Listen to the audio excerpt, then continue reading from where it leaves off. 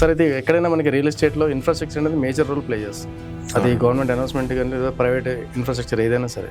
So అంటే infrastructure ఉన్నప్పుడు మనం అంటే అనౌన్స్మెంట్ని బట్టి మనం అక్కడ ఇన్వెస్ట్మెంట్ చేయాలా, లేకపోతే మనం ఇన్వెస్ట్మెంట్ చేసిన తర్వాత ఎక్స్పెక్ట్ చేయొచ్చా ఇన్ఫ్రాస్ట్రక్చర్ అనేది? మనం ఇన్ఫ్రాస్ట్రక్చర్ ఏంటంటే కూడా తెలుసుకోవాలి. ఇన్ఫ్రాస్ట్రక్చర్ అంటే కనెక్టివిటీ కానీ, అవును సార్, రోడ్ కనెక్టివిటీ కానీ, రోడ్ వైడనింగ్ కానీ, దాని యొక్క ట్రాఫిక్ ఆ సిచ్యువేషన్ బట్టేసేసి ఎంతవరకు ఉండాలి ఏంటి అనేది ఇన్ఫ్రాస్ట్రక్చర్ అన్నమాట. రియల్ ఎస్టేట్ పరంగా చూసుకుంటే it is an wealth creation అన్నమాట. ఎక్కడైతే ఇన్ఫ్రాస్ట్రక్చర్ వస్తుందో అక్కడ వెల్త్ అనేది క్రియేట్ అవుతుంది రియల్ ఎస్టేట్ పరంగా. కానీ ఇన్ఫ్రాస్ట్రక్చర్ వచ్చిన తర్వాత ఇన్వెస్ట్మెంట్ చేయాలా లేకపోతే ముందుగా చేయాలి, ఎప్పుడు కూడా ఏంటంటే సార్ అయితే ఇప్పుడు మనకి హైదరాబాద్ రియల్ ఎస్టేట్లో ఇన్ఫ్రాస్ట్రక్చర్ అంటే హైదరాబాద్ చుట్టుపక్కల మనకి ఇప్పుడు మెట్రో ఎక్స్పాన్షన్ జరుగుతుంది, దాంతోపాటు ఫ్యూచర్ సిటీ వస్తుంది, RRR మనకి ఆల్రెడీ వర్క్స్ కూడా స్టార్ట్ అయిపోయినాయి సౌత్. సో చాలా చేంజెస్ రాబోతున్నాయి హైదరాబాద్ చుట్టుపక్కల కూడా ఇన్ఫ్రాస్ట్రక్చర్ వైజ్ చూసుకుంటే. దీన్ని బట్టి చూస్తే నెక్స్ట్ ఒక 5 to 10 yearsలో హైదరాబాద్ రియల్ ఎస్టేట్ మార్కెట్ అనేది ట్రెండ్ ఎట్లా ఉండబోతుంది? ట్రెండ్ ఏంటంటే మీరు చూసుకుంటే కోవిడ్ టైం కానీ మిగతా ఏ టైంలో క్రిటికల్ సిచ్యువేషన్స్లో కూడా Hyderabad real estate performed excellently compared to other cities in India. నమస్తే, welcome to 3TV real estate. So ఇవాళ మనతో real estate expert and real estate analyst Valluri Venkateshwar గారు ఉన్నారు. సో సార్తో ఇవాళ మనం డిస్కస్ చేయబోయే టాపిక్ ఏంటి అంటే ఇన్ఫ్రాస్ట్రక్చర్. రియల్ ఎస్టేట్లో మేజర్ రోల్ ప్లే చేసేది ఇన్ఫ్రాస్ట్రక్చర్. సో ఎక్కడైనా ఇన్ఫ్రాస్ట్రక్చర్ బాగుంది అంటే ఆ ఏరియాస్లో మనకి ఆటోమేటిక్గా ప్రైజెస్ అనేవి పెరుగుతాయి, ల్యాండ్ రేట్లు పెరుగుతాయి, ఆటోమేటిక్గా రియల్ ఎస్టేట్కి భూమి కూడా వచ్చేస్తుంది అది ఏరియాలో. సో ఇన్ఫ్రాస్ట్రక్చర్ అనేది రియల్ ఎస్టేట్ మీద ఎలాంటి ప్రభావం చూపిస్తుందో ఒకసారి సార్ మాటల్లో తెలుసుకుందాం. సార్ నమస్తే. సార్ ఇది ఎక్కడైనా మనకి రియల్ ఎస్టేట్లో ఇన్ఫ్రాస్ట్రక్చర్ అనేది మేజర్ రోల్ ప్లే చేస్తుంది. అది గవర్నమెంట్ అనౌన్స్మెంట్ కానీ లేదా ప్రైవేట్ ఇన్ఫ్రాస్ట్రక్చర్ ఏదైనా సరే. సో అంటే ఇన్ఫ్రాస్ట్రక్చర్ ఉన్నప్పుడు మనం అంటే అనౌన్స్మెంట్ని బట్టి మనం అక్కడ ఇన్వెస్ట్మెంట్ చేయాలా, లేకపోతే మనం ఇన్వెస్ట్మెంట్ చేసిన తర్వాత ఎక్స్పెక్ట్ చేయొచ్చా ఇన్ఫ్రాస్ట్రక్చర్ అనేది? ఇన్ఫ్రాస్ట్రక్చర్ అనేది యాక్చువల్గా ముందు మనం ఇన్ఫ్రాస్ట్రక్చర్ ఏంటంటే కూడా తెలుసుకోవాలండి. ఇన్ఫ్రాస్ట్రక్చర్ అంటే కనెక్టివిటీ కానీ, అవును సార్, రోడ్ కనెక్టివిటీ కానీ, రోడ్ వైడనింగ్ కానీ, దాని యొక్క ట్రాఫిక్ ఆ సిచ్యువేషన్ బట్టేసేసి ఎంతవరకు ఉండాలి ఏంటి అనేది ఇన్ఫ్రాస్ట్రక్చర్ అన్నమాట. అక్కడ షార్ట్ కమింగ్స్ కరెంట్ కానీ, ఎలక్ట్రిసిటీ కానీ, వాటర్ డ్రైనేజ్ కానీ, వాటర్ ఫెసిలిటీస్ కానీ, ఇవన్నీ ఇన్ఫ్రాస్ట్రక్చర్ కింద వస్తాయి. బ్రిడ్జెస్, ROVs కానీ అన్నీ కూడా ఇందులోనే వస్తాయి అన్నమాట. అందువల్ల ఎప్పుడు ఏంటంటే ఇన్ఫ్రాస్ట్రక్చర్ అనేది రియల్ ఎస్టేట్ పరంగా చూసుకుంటే it is an wealth creation అన్నమాట. ఎక్కడైతే ఇన్ఫ్రాస్ట్రక్చర్ వస్తుందో అక్కడ వెల్త్ అనేది క్రియేట్ అవుతుంది రియల్ ఎస్టేట్ పరంగా. కానీ ఇన్ఫ్రాస్ట్రక్చర్ వచ్చిన తర్వాత ఇన్వెస్ట్మెంట్ చేయాలా లేకపోతే ముందుగా చేయాలి, ఎప్పుడు కూడా ఏంటంటే అనౌన్స్ చేయటం ఒక ఫస్ట్ స్టేజ్ ఉంటే, అనౌన్స్ చేసిన తర్వాత స్టార్టింగ్ ఎప్పుడు చేస్తున్నారు అనేది ఇంకో స్టేజ్, ఎండింగ్ అనేది ఇంకో స్టేజ్, 3 stages ఉంది. అనౌన్స్ చేయటం అనేది ఒక హైప్ అయితే క్రియేట్ అవుతుంది. ఒక్కసారి అనౌన్స్ చేసిన తర్వాత బ్యాక్ ట్రాక్ కూడా అవడానికి అవకాశం ఉంది. కొంచెం రిస్క్ ఫ్యాక్టర్ అనేది ఉంటుందన్నమాట అక్కడ. కానీ అనౌన్స్ చేసిన తర్వాత వర్క్ అనేది స్టార్ట్ అయింది అనుకోండి, అప్పుడు యాజ్ ఫర్ మనం రిస్క్ తగ్గించుకోవాలనుకుంటే ఆ టైంలో మనము ఇన్వెస్ట్మెంట్ చేస్తే చాలా వరకు కూడా రిటర్న్స్ ఆన్ ఇన్వెస్ట్మెంట్ అనేది ఉంటుంది. కారణం ఏంటంటే ఒకసారి స్టార్ట్ అయిన తర్వాత వర్క్ అనేది ఇన్ఫ్రాస్ట్రక్చర్ గురించి, దాని యొక్క related infrastructure, it may be connectivity, it may be the metro rail expansion, MMTS కానీ ఇంకేదైనా కానీ ఒక స్టార్ట్ అయిన తర్వాత విత్డ్రా ఉండదు. కాబట్టి ఆ టైంలో మనం ఎప్పుడు ఏంటంటే స్టార్టింగ్ సమ్ విజువల్ డెవలప్మెంట్స్ అనేది స్టార్టింగ్ అయినప్పుడు అప్పుడు ఏంటంటే ఒక సడన్గా అక్కడ ఆ చుట్టుపక్కల ఉన్న ప్రాపర్టీస్ కానీ డిమాండ్ అనేది పెరుగుతుంది అనమాట. అట్లా మన కంపెనీస్ కూడా చూస్తాం. కంపెనీస్ వస్తాయి అంటూ వేరు, సో విజిబిలిటీ అనేది స్టార్ట్ అయిన తర్వాత మనం ఇన్వెస్ట్మెంట్ చేస్తాం. అంటే సార్ ఇక్కడ ఎక్కువగా మనకి అంటే గ్యారంటీ ఏ ఇన్ఫ్రాస్ట్రక్చర్ మీద ఉంటుంది? అంటే సెంట్రల్ గవర్నమెంట్ అనౌన్స్ చేసిన ఇన్ఫ్రాస్ట్రక్చర్ మీద ఎక్కువ గ్యారంటీ ఉంటుందా, లేకపోతే స్టేట్ గవర్నమెంట్ చేసే ఇన్ఫ్రాస్ట్రక్చర్ మీద ఎక్కువ డెవలప్ చేసే ఇన్ఫ్రాస్ట్రక్చర్ మీద గ్యారంటీ? సెంటర్ స్టేట్ అని కాదండి. ఇప్పుడు మనకు రావేరియాల నుంచి ఆకుతోటపల్లి వరకు 330 feet రోడ్డు ఇప్పుడు బాగా ఫుల్ ఫ్లెడ్జ్గా 2 phases వర్క్ సాగుతుంది. నైట్ కూడా స్టార్ట్ చేస్తారు. Phase 2 అయితే L&T వాళ్ళు నైట్ కూడా వర్క్స్ చేస్తున్నారంట. అంటే ఇది only because it is not related to the central government. Yes, state interest. State nowhere depend on the central government except some forest area permission కావాలి, environmental clearance కావాలి, అది అంతే. అంటే ఏంటంటే ఇక్కడ బోత్ ఆర్ ఈక్వల్లీ చాలా ఫేస్లో. ఒక ఎగ్జాంపుల్ చూస్తాం, ఇన్ఫ్రాస్ట్రక్చర్ రీజనల్ లింక్ రోడ్ ఉంది. రీజనల్ లింక్ రోడ్ సంబంధించింది ఏంటంటే దాంట్లో కూడా ఏంటంటే ల్యాండ్ కాస్ట్ వరకు 50% స్టేట్ గవర్నమెంట్ భరించాలా, మిగతా 50% సెంట్రల్ గవర్నమెంట్ భరిస్తూ కన్స్ట్రక్షన్ కాస్ట్ కూడా సెంట్రల్ గవర్నమెంట్ భరించాలి. మీరు చూసే ఉండొచ్చు రీసెంట్గా కూడా దాన్ని డిలే అవుతాయని చూడండి. 2016 కన్నా ముందు నుంచే ఈ రీజనల్ రింగ్ రోడ్ అనేది ఆల్మోస్ట్ 10 years పైన అవుతుంది. ఏది ఒక అనౌన్స్ చేయటం వేరు ఇప్పటికి, దాని బేస్గానే ఇన్వెస్ట్మెంట్ చేసిన సంగతి ఏంటండి? అవును సార్. అంటే ఏంటంటే ఇన్వెస్ట్మెంట్ అనేది ఇన్ఫ్రాస్ట్రక్చర్ అనేది రిలేటెడ్ కానీ ఎప్పుడు చేయాలి ఎగ్జాక్ట్గా ఏంటంటే స్టార్ట్ అయినప్పుడు మనం చేస్తే బాగుంటుంది.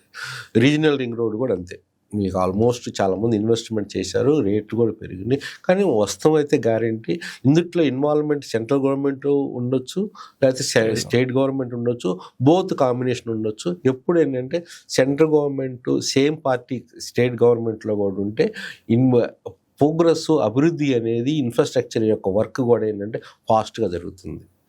ఇక్కడ ఏంటంటే మన తెలంగాణలో ఒక పరిస్థితి డిఫరెంట్. ఇక్కడేమో కాంగ్రెస్ గవర్నమెంట్, అక్కడేమో బీజేపీ గవర్నమెంట్, కొంత పొలిటికల్గా ఎఫిలియేషన్ కూడా ఉంటుంది. చూడండి ఒకసారి చిన్న ఎగ్జాంపుల్ చెప్తాను. Regional link road south part alignment అనేది central government they decided something else, they are not accepted. State government has delay finalized the thing and DPR వీళ్ళే చేయాలంటున్నారు, కానీ construction land 50% acquisition central government భరించాలంటున్నారు. అంటే ఇటువంటి యొక్క misconceptions వల్ల rates అనేది ఎస్కలేట్ అవుతూ ఉంటాయి, అందుకని చాలా డిలే అవుతూ ఉంటాయి. వీటన్నిటి కూడా ఏంటంటే సెంట్రల్ గవర్నమెంట్ స్టేట్ గవర్నమెంట్ ఒకే ఫోకస్గా ఒకే అలైన్మెంట్కి చేస్తే డెఫినెట్గా ఉంటుంది. రియల్ ఎస్టేట్ పరంగా కూడా ఏంటంటే బాగా ఇప్పుడు చూడండి అమరావతి ఆ ప్రాంతంలో చంద్రబాబు నాయుడు గారు రీసెంట్గా ఎలక్షన్ వచ్చిన తర్వాత ఇప్పుడు విజిబుల్ డెవలప్మెంట్ అనేది మీకు కనబడుతుంది. అట్లా విజిబిలిటీ డెవలప్మెంట్ ఉండాలి అంటే డెవలప్మెంటే ప్రాధాన్యం అనేది స్టేట్ గవర్నమెంట్ కూడా ఫోకస్ చేయాలి. It's not to take the advantage of that development. ప్రజల మనసులో ఏంటంటే వీళ్ళకి ఏంటంటే మేమే సాధించాము, మేమే చేస్తున్నాము అనేది ఒక తీసుకొచ్చి అది అడ్వాంటేజ్ తీసుకోవాలని పంచినప్పుడు ప్రాజెక్ట్స్ అనేది డిలే డెఫినెట్గా అవుతాయి. సరే అయితే ఇప్పుడు ఒకవేళ ఎన్ఆర్ఐస్ కనుక మనకి హైదరాబాద్ సైడ్ ఇన్వెస్ట్ చేయాలనుకుంటే మీరు ఏ లొకేషన్స్ వాళ్ళకి సజెస్ట్ చేస్తారు ఎన్ఆర్ఐస్కి? ఎన్ఆర్ఐస్ అయితే ప్రస్తుతానికి ఏంటంటే ఇప్పుడు నేను శంకరపల్లి సరౌండింగ్స్ ఒకటే అండి. ఎందుకంటే ఆల్రెడీ వెస్ట్ పార్ట్ ఎందుకంటే ఎన్ఆర్ఐస్ ఎక్కువ కూడా సెటిల్ అయిన వాళ్ళు ఎక్కువ ఐటీ బ్యాక్గ్రౌండ్ బయట నుంచి ఒకవేళ రావాలి అనుకుంటే ఎన్ఆర్ఐస్ ఏంటంటే ముఖ్యంగా కూడా ఏంటంటే అదొకటి నెంబర్ 1 అయితే. నెంబర్ 2 ఇప్పుడు ఎమర్జింగ్ ఏరియాస్ ఎక్కడ ఫ్యూచర్ సిటీ కానీ శ్రీశైలం హైవే కానీ తుక్కుగూడ ఈ ఏరియాస్లో కూడా మహేశ్వరం ఏరియా ఈ ఏరియాస్లో కూడా చాలా అద్భుతంగా నెక్స్ట్ 5 to 10 yearsలో మంచిగా డెవలప్మెంట్ మీకు. ఎందుకంటే ఇప్పుడు శ్రీశైలం హైవేలో 500 acres అటువంటి పెద్ద పెద్ద ప్రాజెక్ట్స్ వస్తున్నాయి. అవును సార్. అటువంటి వాటిలో ఇప్పుడు ఎర్లీ బర్డ్కి ఇన్వెస్ట్మెంట్ చేస్తే ఎన్ఆర్ఐస్కి ఇప్పుడే రారు అనుకోండి, నెక్స్ట్ 5 yearsలో రావాలనుకోండి, డెవలప్మెంట్ వచ్చే టైంకి వీళ్ళకి అవసరాన్ని బట్టేసేసి అక్కడ ఇన్వెస్ట్మెంట్ చేస్తే మంచిగా రిటర్న్స్ అనేది ఇన్వెస్ట్మెంట్ రావడానికి అవకాశం ఉంది. అంటే ఎన్ఆర్ఐస్కి ఈరోజు ఉందంటే వాళ్ళు ఎప్పుడు NRIs they are very due diligence. చూడండి ఎక్కువ ఈవెన్ గ్లోబల్ కంపెనీస్ కూడా హైదరాబాద్ని చూస్ చేసుకుంటున్నారు ఈరోజు. దానికి నిదర్శనం ఏంటంటే జీసీసీ గ్లోబల్ క్యాపబిలిటీ సెంటర్స్ హైదరాబాద్లో ఎక్కువ ఎస్టాబ్లిష్ చేస్తున్నారు. ఇండియాలో మొత్తం చూసుకుంటే ఇప్పుడు ఫాస్ట్గా ఎక్కువ జీసీసీస్ డెవలప్ తీసుకొస్తుంది, హైదరాబాద్ని ప్రిఫర్ చేస్తున్నారు. దాని అర్థం ఏంటంటే ఫ్యూచర్లో హైదరాబాద్ యొక్క పొటెన్షియల్ గ్లోబల్గా చేయనుంది. అభివృద్ధి అనేది డెవలప్మెంట్గా చాలా బాగా ఉండబోతుంది. గవర్నమెంట్ పుష్ కానీ ఇన్ఫ్రాస్ట్రక్చర్ ఫోకస్డ్ గవర్నమెంట్ కూడా ఇన్ఫ్రాస్ట్రక్చర్ ఫోకస్ చేయటం వల్ల ఎన్ఆర్ఐస్ కొన్ని ఏంటంటే చాలా క్లారిటీతో ఉంటారు. వాళ్ళు ఎప్పుడు వస్తున్నారు దాన్ని బట్టి కూడా ఉంటుంది. ఎప్పుడు నెక్స్ట్ 5 years తర్వాత రావాలనుకుంటున్నారు, వాళ్ళకి ఏ ప్రాజెక్ట్ సజెస్ట్ చేయటం అనేది ఇంపార్టెంట్. 10 years తర్వాత రావాలనుకుంటున్నారు, ఎక్కడ ఇన్వెస్ట్మెంట్ చేస్తారు, ఏ డిఫరెంట్ అనమాట. ఎప్పుడు రావాలనుకుంటున్నారు, ఏ టైం పీరియడ్ ఉంటుంది, దానికి తగ్గట్టుగా ప్రాజెక్ట్స్లో అనేది ఇన్వెస్ట్మెంట్ చేసుకోవాలి. అన్ని ప్రాజెక్ట్స్ ఎన్ఆర్ఐ సూటబుల్ కాకపోవచ్చు. ఎందుకంటే సూపర్విజన్ కూడా ఇంపార్టెంట్. వాళ్ళ పేరెంట్స్ సూపర్విజన్ చేయగలరా, లేకపోతే ఏ సూపర్విజన్ లేకుండా రిస్క్ అనేది తక్కువ ఉండాలి వాళ్ళకి కూడా. ఇవన్నీ డిఫరెంట్ ఫ్యాక్టర్స్. ఎన్ఆర్ఎస్కి ఫ్యాక్టర్స్ ఏంటంటే a different category of parameters అనేది కన్సిడరేషన్. సేఫ్టీ ఒకటి మెయిన్ ఇంపార్టెంట్ అండి. ఏ వెరిఫికేషన్, లీగల్ వెరిఫికేషన్ కానీ అన్నీ అప్రూవల్తో ఉండి అన్ని వెరిఫికేషన్స్ ఉన్న ప్రాజెక్ట్సే వాళ్ళు సెలెక్ట్ చేసుకోవాలా. ఫ్యూచర్ బాగా డెవలప్మెంట్ ఉండదు. ఇప్పుడే ఇమ్మీడియట్గా డెవలప్మెంట్ వాళ్ళకి అవసరంలా. నెక్స్ట్ 5 yearsలో 10 yearsలో రాబోతుంది. Long term prospect point of వ్యూలో మంచి రిటర్న్స్ ఆన్ ఇన్వెస్ట్మెంట్ అనేది ఓపికతో వాళ్ళు వెయిట్ చేయగలరు. కాబట్టి అటువంటి వాటిలో వాళ్ళు ఇన్వెస్ట్మెంట్ చేస్తే వచ్చే టైంకి ఆ ప్రాంతం డెవలప్ అవుతుంది. కాబట్టి they can use it as investment purpose, they can use it other as a end user. వాళ్ళంతా వాళ్ళు ఉండటానికి కూడా ఎప్పుడు ఏంటంటే రెండు ప్లానింగ్తో పోవాలా. Plan A, plan B. Plan A అంటే వాళ్ళు వస్తే ఉండటానికా, లేకపోతే అట్లా కాదు పక్షంలో ఇన్వెస్ట్మెంట్ పర్పస్ లేదా రీసేల్ తర్వాత చేసుకొని ఇంకో చోట ఉండటానికి అన్నట్టుగా ఎన్ఆర్ఎస్ ఉంటుంది. సార్ అయితే ఇప్పుడు మనకి హైదరాబాద్ రియల్ ఎస్టేట్లో ఇన్ఫ్రాస్ట్రక్చర్ అంటే హైదరాబాద్ చుట్టుపక్కల మనకి ఇప్పుడు మెట్రో ఎక్స్పాన్షన్ జరుగుతుంది, దాంతోపాటు ఫ్యూచర్ సిటీ వస్తుంది. RRR మనకి ఆల్రెడీ వర్క్స్ కూడా స్టార్ట్ అయిపోయినాయి సౌత్లో. సో చాలా చేంజెస్ రాబోతున్నాయి హైదరాబాద్ చుట్టుపక్కల కూడా ఇన్ఫ్రాస్ట్రక్చర్ వైజ్ తీసుకుంటే. దీన్ని బట్టి చూస్తే నెక్స్ట్ ఒక 5 to 10 yearsలో హైదరాబాద్ రియల్ ఎస్టేట్ మార్కెట్ అనేది ట్రెండ్ ఎట్లా ఉండబోతుంది సార్? ఓకే, హైదరాబాద్ ట్రెండ్ అనేలకే నిజంగా ఇప్పుడు మీరు చెప్పినట్టుగా ఏంటంటే హైదరాబాద్ యొక్క స్పెషల్ క్వాలిటీస్ అనేది అటు వాతావరణ పరంగా కానీ కాస్ట్ ఆఫ్ లివింగ్ కూడా చాలా తక్కువ. ఈరోజు బెంగళూరు కన్నా అన్ని సిటీస్లో పోల్చుకుంటే హైదరాబాద్ చాలా అట్రాక్ట్ అవుతున్నారు బికాజ్ ఆఫ్ ది లో cost of the living and cosmopolitan culture. వాతావరణం కూడా చాలా బాగుంటుంది.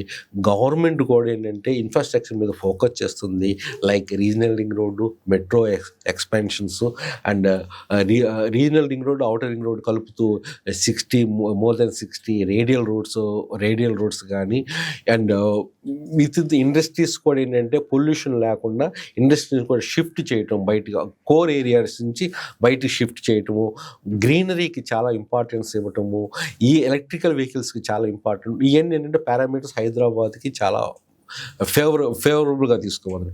ట్రెండ్ అనేలకే మీకు మనకి చాలా వరకు అప్పుడప్పుడు కొంతమంది రూమర్స్ అంటాం, ఏదో విధంగా చెప్తున్నారు. సెకండ్ క్యాపిటల్ ఆఫ్ ఇండియాకి హైదరాబాదే ఉండబోతుంది అనేది కూడా ఒక వాదన, ఒక సూటబిలిటీ చూసుకుంటే డెఫినెట్గా హైదరాబాద్ అనేది సూటబుల్ అండి సెకండ్ క్యాపిటల్కి. ఆ విధంగా కూడా ఇన్ఫ్రాస్ట్రక్చర్ డెవలప్ చేస్తున్నారు. మీరు చూసారో లేదో, రీజనల్ రింగ్ రోడ్ చుట్టూ రీజనల్ రింగ్ రైలు అనౌన్స్ చేసింది central government minister Kishan Reddy గారు. It's not state government initiated project regional ring rail అనేది. అంటే ఇటువంటి యొక్క కొన్ని కాకపోతే ఏంటంటే ఇప్పుడున్న గవర్నమెంట్ కాంగ్రెస్ ఇక్కడ ఉండటం, బీజేపీ సెంట్రల్లో ఉండటం, దానివల్ల కొంచెం డిలే అవకాశం. కానీ ఫ్యూచర్లో ఇదే సిచ్యువేషన్స్ కొనసాగితే హైదరాబాద్ని సెకండ్ క్యాపిటల్లో తీసుకురావడానికి ఏమాత్రం, ఎందుకంటే మనకు విజిబుల్గా చూస్తుంటే వరంగల్ని అక్కడ బాగా డెవలప్ చేస్తున్నారు. Even central government also they're focusing to develop the Warangal.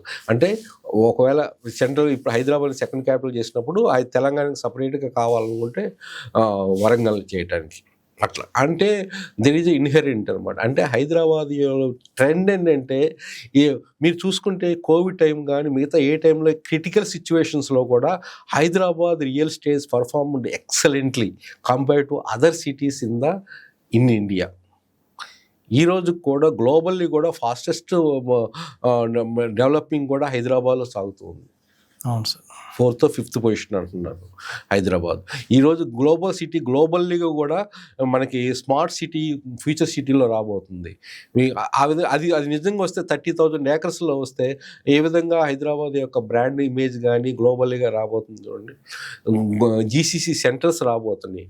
అంటే వరల్డ్ పరంగా కూడా మీరు చూసే మొన్నటి వరకు చాలామంది ప్రాపర్టీ ఇన్వెస్టర్స్ దుబాయ్ అన్నారు. ఒక ఇరాన్లో ఒక మిసైల్ రొట్టంగానే దుబాయ్లో తప్పిమని కింద పడింది. వాళ్ళకి ఆల్టర్నేటివ్ ఏంటి? హైదరాబాద్. అంటే ఈరోజు హైదరాబాద్ యొక్క స్ట్రాటజిక్ పొజిషన్ ఏంటి బోర్డర్కి చాలా దూరంగా ఉన్నాం మనం, చైనా బోర్డర్ కానీ పాకిస్తాన్ దూరంగా స్ట్రాటజిక్ లొకేషన్లో ఉన్నాము. అందుకని అంటే Hyderabad is the suitable location for the second capital of India ఒకవేళ వస్తే. అండ్ ఇంకోటి ఏంటంటే మంచి డెవలప్ 360 degreesలో ఎక్కడైనా కానీ ఎక్స్పాన్షన్ ఉన్న స్కోప్ ఉన్న సిటీ ఇది. ఇంకోటి ఏంటంటే మంచి ఎక్కువ ల్యాండ్స్ ఉన్న గవర్నమెంట్కి ల్యాండ్స్ ఉన్న ఏరియా కూడా మీరు తెలంగాణ అని చెప్పుకోవచ్చు. ఈ విధంగా ఏంటంటే అండ్ స్కిల్డ్ మ్యాన్ పవర్ ఉంది, availability of the man power ఉంది, ఎడ్యుకేటెడ్ పీపుల్ ఉన్నారు. ఈ విధంగా కూడా ఏంటంటే ఏ కంపెనీ వచ్చినా కానీ ఈరోజు హైదరాబాద్కి they are able to sustain global companies కూడా ఆ స్కిల్ లెవెల్. అందుకని నేను చూడండి ఫ్యూచర్ సిటీలో కీ టెక్నాలజీ అయిన ఆర్టిఫిషియల్ ఇంటెలిజెన్స్, ఎలక్ట్రికల్ వెహికల్స్ సంబంధించినవి కానీ, ఏరోస్పేస్కి సంబంధించినవి కానీ, మ్యానుఫ్యాక్చరింగ్ కానీ, ఇవన్నీ కూడా ఏంటంటే ఎలక్ట్రానిక్ మ్యానుఫ్యాక్చరింగ్ కానీ, సెమీ కండక్టర్కి సంబంధించిన కంపెనీస్ కానీ లైక్ కీన్స్, ఇట్లా మొబైల్ కంపెనీస్ ఫాక్స్ కానీ ఇటువంటి డిఫరెంట్ కంపెనీస్ కూడా హైదరాబాద్ ఇప్పుడు చాలా కేంద్రీకృతం అవుతుంది. పెద్దగా ఇప్పుడు నీకు గూగుల్ కానీ మిగతా కంపెనీస్ సెకండ్ బిగ్గెస్ట్ ఆఫీసెస్ కూడా హైదరాబాద్లో ఉంటారు. అంటే they globally also they recognizing the importance and potential of the Hyderabad యొక్క సిటీ అనమాట. సార్ ఫైనల్గా మీ అడ్వైస్ కోసం మా వ్యూవర్స్ మీకు కాల్ చేయాలంటే ఒకసారి మీ కాంటాక్ట్ డీటెయిల్స్ మన కెమెరాకి ఒకసారి చెప్పండి. మాకు ఆఫీస్ యాక్చువల్గా కోకాపేటలో ఉందండి. కోకాపేటలో కూడా మంచి ఆఫీస్ ఉంది. యాక్చువల్గా we are advising this point is very important. ఎవరైనా ఇన్వెస్టర్స్ ఏంటంటే ఒక ప్రాజెక్టు ఒక థాట్ ప్రాసెస్లో వెళ్ళినప్పుడు మీకు ప్లాట్ కావాలి, విల్లా కావాలి, లేదా ఏది కావాలి అనేది డ్యూ డెలిగెన్స్తో ఒక స్ట్రాటజిక్ లెవెల్కి మీరు ఇన్వెస్ట్మెంట్ చేయాలి. దాని యొక్క తగ్గట్టుగా మనం అడ్వైజ్ చేయడం జరుగుతుంది మన ఆఫీస్లో. ఇంకోటి ఏంటంటే ఒక ఆప్షన్ కాదు, we are going to give 3-4 options for the each investor. అప్పుడే నేను వాళ్ళకి ఇప్పుడు నేను పర్టికులర్ ప్రాజెక్ట్ నేను ఇన్వెస్ట్ అయినప్పుడు నేను ఒక ప్రాజెక్ట్ విజిట్ చేశారనుకోండి, they will tell about only that project, they will not tell the negative of that project. వాళ్ళు ఎవరికి అట్లాగా వీళ్ళు ఏం చేస్తున్నారు, చాలామంది ఇన్వెస్టర్ చేసే తప్పు కూడా ఏంటంటే ఒక మిస్టేక్ ఏంటంటే వాళ్ళు వెళ్తున్నారు ఈ నెంబర్ ఆఫ్ ప్రాజెక్ట్, ఒక 20 ప్రాజెక్ట్స్ 30 ప్రాజెక్ట్స్ చాలా పెయిన్ తీసుకొని వెళ్తున్నారు. కానీ ఏ ప్రాజెక్ట్ మీరు వెళ్ళినా కానీ వాళ్ళ యొక్క నెగిటివ్ చెప్పరండి పాజిటివ్. మేమేం చేస్తామంటే it is a different concept అనమాట. మీకేం కావాలనేది డ్యూ డెలిగెన్స్ తీసుకొని ఆ పారామీటర్స్ మీకు తగ్గట్టుగా 2-3 ఆప్షన్స్ తీసుకొచ్చి ఫైనలైజ్ చేస్తాము. ఇంకోటి ఏంటంటే we are adapting the technique of investor share of the properties and landlord share of the properties మేము ఎక్కువ ఫోకస్ చేస్తూ ఉంటాం. కారణం ఏంటి, investors share of the properties కానీ ల్యాండ్ లార్డ్ షేర్ ప్రాపర్టీస్ కానీ తక్కువ రేటుకు దొరుకుతుంది. ఏది బిల్డర్ వీళ్ళ రేట్ అమ్మే కన్నా కస్టమర్కి బెనిఫిట్ అనేది జరుగుతుంది. ఎనీవే నా phone number 8121748850. Thank you sir.